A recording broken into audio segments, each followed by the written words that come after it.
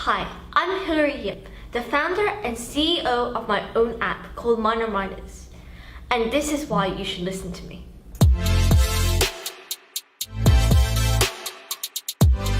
I'm Hilary Yip, I'm 13 years old, and I'm working on a startup called Minor Minors, which hopes to connect the world through kids. Tell us more about your company then. What is it called and how many downloads, how many people follow it? So we're an online kids community where we can have kids from all over the world on our platform to talk to each other in different topics that interest them. And if they want to learn a new language, they have access to native speakers worldwide, so they can chat in a fully immersive environment. So right now we've got more than 40,000 downloads from more than 50 countries. Wow.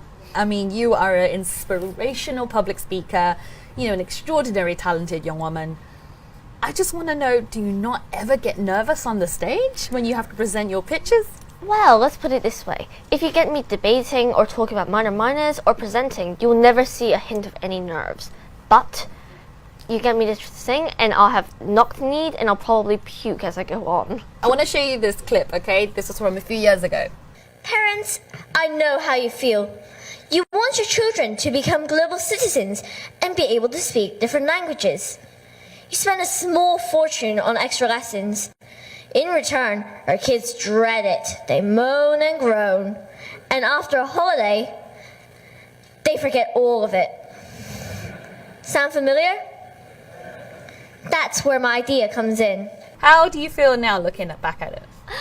Wow, very fond memories back then, because I remember that the whole build-up period was extremely exciting. I was working with my mum at home, and my teachers at school back then were very supportive, and it was just so exciting because it was my first time doing it properly.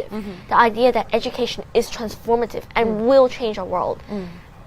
I don't know if I've mentioned this, but I'm very into politics, and I think that being a politician is not the best way to change the world, but doing education is. Tell me a moment where you knew exactly that this was exactly what you wanted to do. I think it was a couple of days after my final pitch for that particular event when I was younger.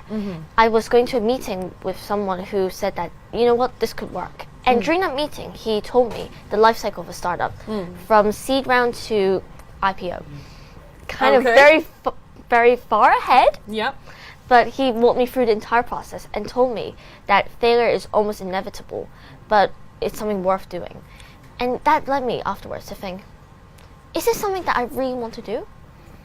And when I realized that learning something new, connecting kids, was something that can have a profound effect on society, I was just like, let's do it. Your business jargon is just something that sets you miles apart. Who are your role models? Michelle Obama. Why Michelle Obama? Because I think she's a very inspirational figure. I think that it's admirable that in the past when she was younger, that she left a high-paying job to go and work for the community and to make an impact in the place where she lives. If Michelle Obama was watching this, you had a 15-second pitch, what would you say to her? I would say to her that today's an exciting time where girls like myself and many others are working to make the world a better place. And I would love to meet her if I could. And ultimately, that is something that she champions throughout the world. Okay, last but not least, top tips for young female tech entrepreneurs.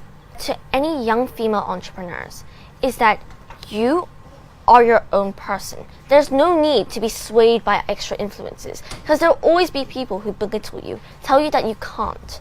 The most important thing is to move on from those criticisms. If they're of any use, take them into consideration. If not, just ignore it and move on and do what you want to do most.